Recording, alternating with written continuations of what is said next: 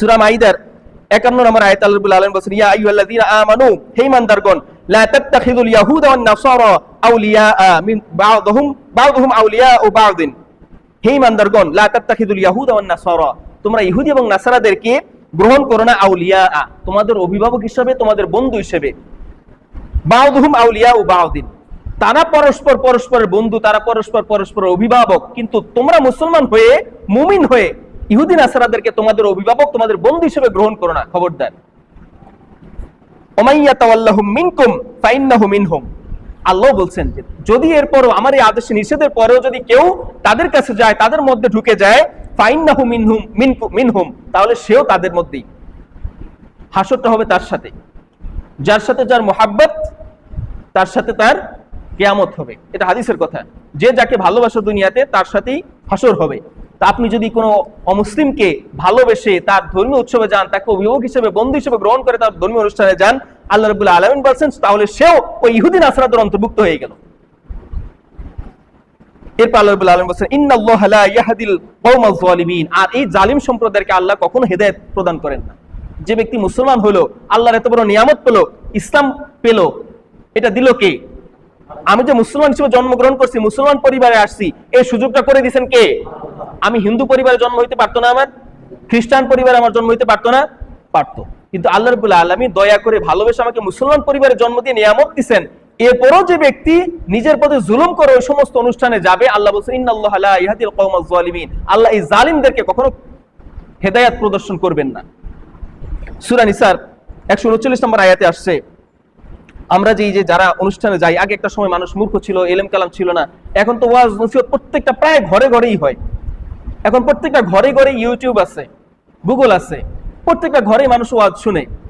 এরপরে প্রত্যেক বছর একটা নির্দিষ্ট সময় আমরা বিভিন্ন তাফসির মাহফিল করি, ওয়াজ মাহফিল করি, সিরাত নবী মাহফিল করি। এখান থেকে প্রত্যেকটা মানুষই জানে যে ওই সমস্ত ধর্মীয় অনুষ্ঠানে যাওয়া জায়েজ নাই। এরপর আমরা কেন যাই?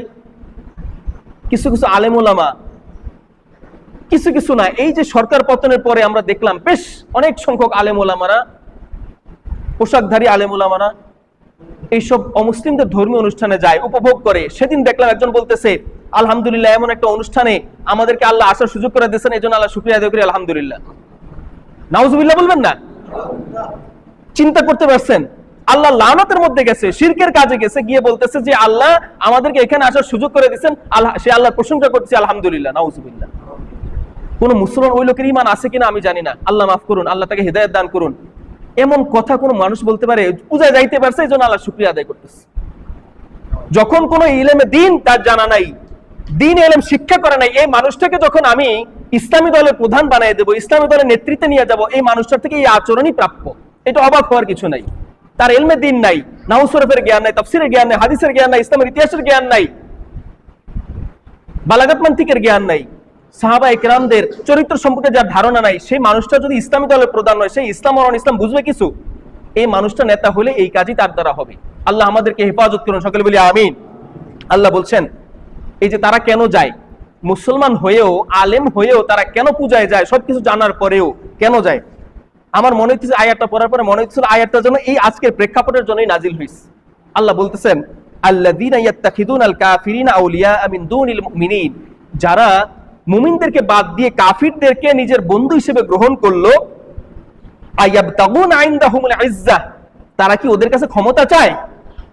এটা আমার কথা না, সরাসরি কোরআনের কথা। আয়াবতাগুনা ইনদাহুমুল ইজ্জাহ, তারা কি তাদের কাছে ক্ষমতা চায়? ইজ্জত মানে হলো সম্মান, কিন্তু মুফাসসিরিনে কেরাম অধিকাংশ অনুবাদে এটা করছেন যে ইজ্জত মানে হলো একটা ক্ষমতা। তারা কি তাদের কাছে ক্ষমতা চায়? আল্লাহ বলতেছেন।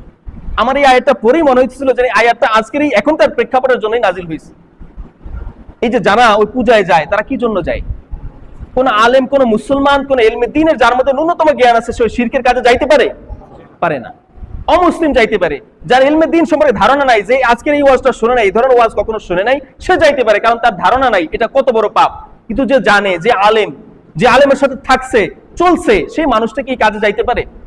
তা আল্লাহ বলছেন আয়াবতাগুনা ইনদাহুমুল ইজ্জাহ, তারা কি তাদের কাছে ক্ষমতা চায়? আজকে যারা যায়, আমরা জানি অধিকাংশ মানুষ তাদের কাছে ক্ষমতা পাওয়ার জন্য যায়। মাত্র 5% অমুসলিম।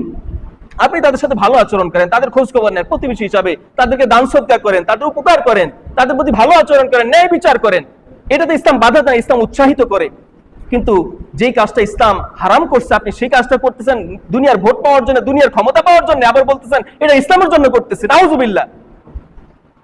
আল্লাহ কখন এদেরকে ক্ষমতা দিবেন না। যারা ইসলামকে বিক্রি করে, আল্লাহর বিধানের বহির্ভূত কাজ করে ইসলামের নামে চালায়, এদেরকে আল্লাহ লানত অটোমেটিক চলে আসে।